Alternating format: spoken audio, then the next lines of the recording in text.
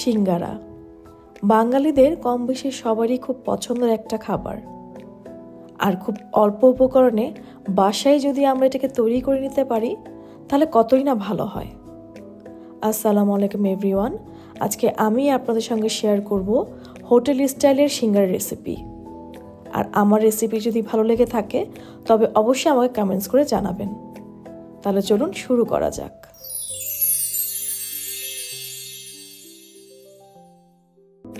তো প্রথমে একটা পরিষ্কার পাত্রে এখানে আমি 1.5 কাপ ময়দা নিয়ে নিচ্ছি। আপনারা আটা দিয়ে এটা তৈরি করতে পারবেন, কিন্তু ময়দা দিয়ে এটা বেশি ভালো হবে। তারপর আমি দিয়ে দিচ্ছি এখানে কালো জিরা, দিয়ে দিচ্ছি স্বাদ মতো লবণ। এখন শুকনো উপকরণগুলো আমি একটু হাত দিয়ে মিশিয়ে নিচ্ছি। মিশিয়ে নেওয়ার পর এখানে আমি দিয়েছি রান্না করা রেগুলার তেল।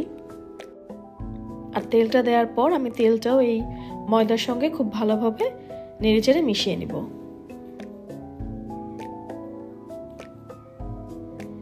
মিশিয়ে নেওয়ার পর এখন এই পর্যায়ে আমি দিয়ে দিচ্ছি পানি। পানিটা আমরা নর্মাল টেম্পারেচারে রাখাই পানি দিচ্ছি, এবং পানিটা একবারে দিতে যাবেন না, তাহলে কিন্তু খামিরটা আমাদের নরম হয়ে যাবে। আর সিঙ্গারার জন্য খামিরটা একটু শক্তই হতে হবে। আজকে আমি খামিরটা একটু শক্ত করব। তো দেখতে পাচ্ছেন যে আমার খামিরটাও কিন্তু রেডি, এবং খামিরটা বেশ শক্তই হয়েছে। এখন এই খামিরটাকে আমি ঢেকে রেখে দিব 20 থেকে 30 মিনিটের জন্য। আর এর মধ্যে আমরা সিঙ্গারার পুরটা রেডি করে ফেলবো। এদিকে একটা ফ্রাই প্যানে আমি তেল নিয়ে নিলাম, এবং তার মধ্যে আমি একটু জিরা দিয়ে ফোড়ন দেওয়ার পর এখানে আমি দিয়ে দিচ্ছি আলু, মটরশুঁটি আর গাজর। এগুলোকে আমি আগেই হাফ সিদ্ধ করে রেখেছিলাম, এবং তারপর এগুলো এখানে দেওয়ার পর আমি একটু নেড়েচেড়ে ভালোভাবে মিশিয়ে নিচ্ছি। এখন এর মধ্যে দিয়ে দিচ্ছি আদা রসুন বাটা, এবং আদা রসুন বাটা দেওয়ার পর আমি আবার একটু নেড়েচেড়ে মিশিয়ে নিব। এখন দিয়ে দিচ্ছি হলুদ গুঁড়া, মরিচের গুঁড়া, জিরা গুঁড়া। এগুলোকে দিয়ে আমি ভালোভাবে মিশিয়ে নিচ্ছি। এগুলো মেশানোর পর আমি এখানে দিয়ে দিচ্ছি স্বাদ মতো লবণ। আর লবণটা দেওয়ার পর আমি আবারও নেড়েচেড়ে মিশিয়ে নিচ্ছি, এবং স্প্যাচুলার মাধ্যমে যে আস্ত আলুগুলো আছে আমি কিন্তু সেগুলোকে একটু ভেঙে ভেঙে নিচ্ছি। এই পর্যায়ে আমি দিয়ে দিচ্ছি একটু পানি, এবং পানিটা দিয়েও আমি আবারও নেড়েচেড়ে নিব।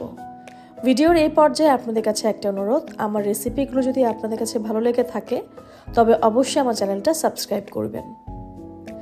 এখন দিয়ে দিচ্ছি এখানে পেঁয়াজটা আমরা এই পর্যায়ে দিব, যাতে করে পেঁয়াজটা একদম নরম না হয়ে যায়। আমরা পেঁয়াজটা একটু কাঁচা কাঁচা অবস্থায় রাখবো। তারপর দিয়ে দিচ্ছি মরিচটা আপনারা আপনাদের স্বাদ মতোই ইউজ করবেন, আপনারা কতটুকু ঝাল পছন্দ করেন। এবং মরিচটা দেওয়ার পর আমি এই সব কিছুই খুব ভালোভাবে মিশিয়ে নিচ্ছি। আর এখানে আমাদের পুরটাও রেডি। এদিকে আমার ডোটাও রেডি। এখন ডোটাকে একটু মুথে নিয়ে আমি 5 ভাগে ভাগ করে নিয়েছি।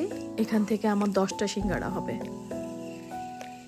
এখন একটা পরিষ্কার জায়গায় আমি একটু ময়দা ছিটিয়ে নিব, এবং এখান থেকে একটা ভাগ নিয়ে আমি এটাকে বেলে নিব। কিন্তু এটা রুটির মতো গোল হবে না, এটা একটু লম্বাটে হবে। আপনারা আমার ভিডিও দেখে একটু বুঝে নেবেন যে আমি কেমন আকার বা কেমন সাইজে রুটিটা করে নিচ্ছি। এটা এক্সপ্লেন করাটা একটু কঠিন। এটাকে লম্বা বেলে নেওয়ার পর এখন এই মাঝ বরাবর এটাকে কেটে নিচ্ছি, এবং কেটে নেওয়ার পর এখন ঠিক এটা এই শেপে হচ্ছে, অনেকটা ইউ শেপের মতো। এখন একটাকে সাইডে রেখে আমি একটা দিয়ে সিঙ্গারা বানিয়ে নিব।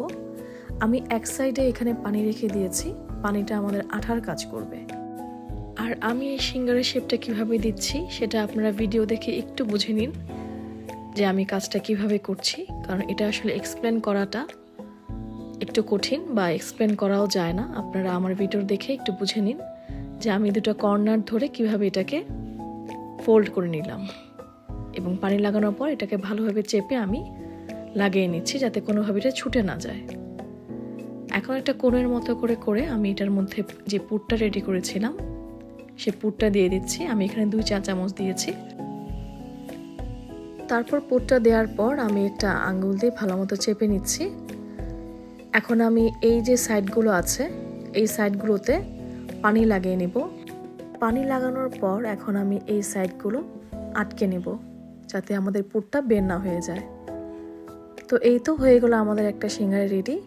একইভাবে আমি 10টা সিঙ্গারা এখান থেকে করে নিয়েছি। 1.5 কাপ ময়দা দিয়ে বড় সাইজের আমাদের 10টা সিঙ্গারা হয়েছে। এবং আজকে আমি এয়ার ফ্রায়ারে আপনাদেরকে এই সিঙ্গারাগুলো করে দেখাবো, তাই আমি এয়ার ফ্রায়ারে এই সিঙ্গারাগুলো দিয়ে নিচ্ছি। এক এক করে সবগুলো সিঙ্গারা দেওয়ার পর আমি উপর থেকে অয়েল স্প্রে করে নিব এবং পরে একটা ব্রাশ দিয়ে প্রত্যেকটা সিঙ্গারার মধ্যে আমি খুব ভালোভাবে ব্রাশ করে নিব, যাতে সিঙ্গারাগুলোতে সবগুলোতে তেল ভালো মতো লেগে যায়। এরপর এটাকে আমি 20 থেকে 25 মিনিটের জন্য ফ্রাই করে নিয়েছি এবং দেখতেই পাচ্ছেন এখানে আমাদের সিঙ্গারাগুলো কিন্তু সবগুলো রেডি। আর এয়ার ফ্রায়ারে ফ্রাই করলে আপনার খুব বেশি ফ্রাই করার প্রয়োজন নেই। আশা করি আজকের আমার রেসিপিটা আপনাদের কাছে ভালো লেগেছে। কেমন লাগলো অবশ্যই আমাকে কমেন্টস করে জানাবেন। সবাইকে আল্লাহ হাফেজ।